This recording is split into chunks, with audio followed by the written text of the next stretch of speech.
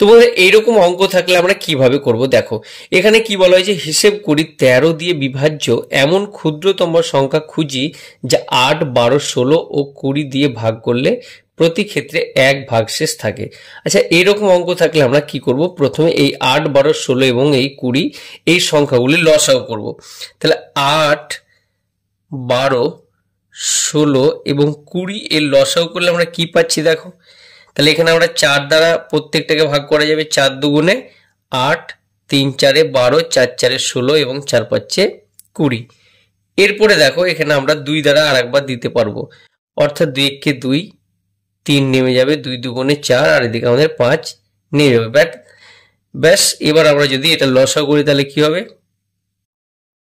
এরপরে আমরা এগুলো যদি গুণ করে দিই তাহলে আমরা কত পাচ্ছি না, 4 দুগুণে 8 আর এদিকে হচ্ছে আমাদের 3 দুগুণে 6, এদিকে 5 6 30 আর এদিকে 8 গুণ করলে কত হয়, 3 8 24 অর্থাৎ 240।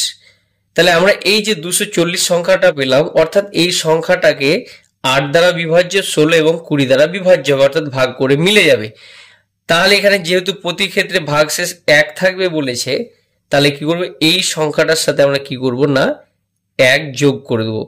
তাহলে এখানে আমরা 1 যোগ করলে কত পাই না 241। দেখো এই 241কে যদি আবার এই সংখ্যাগুলোতে ভাগ করি তাহলে প্রতি ক্ষেত্রে কিন্তু 1 ভাগশেষ থাকবে, যেহেতু আমরা এখানে 1 যোগ করে দিয়েছি। এরপরে দেখো এই 241কে আমরা যদি 13 দিয়ে বিভাজ্য হচ্ছে কিনা একটু চেক করে যদি দেখে নিই, 13কে 13 বিয়োগ করলে কত হয় 9, ওপর থেকে 1 নামালে কত হয় 91, 7 13 91।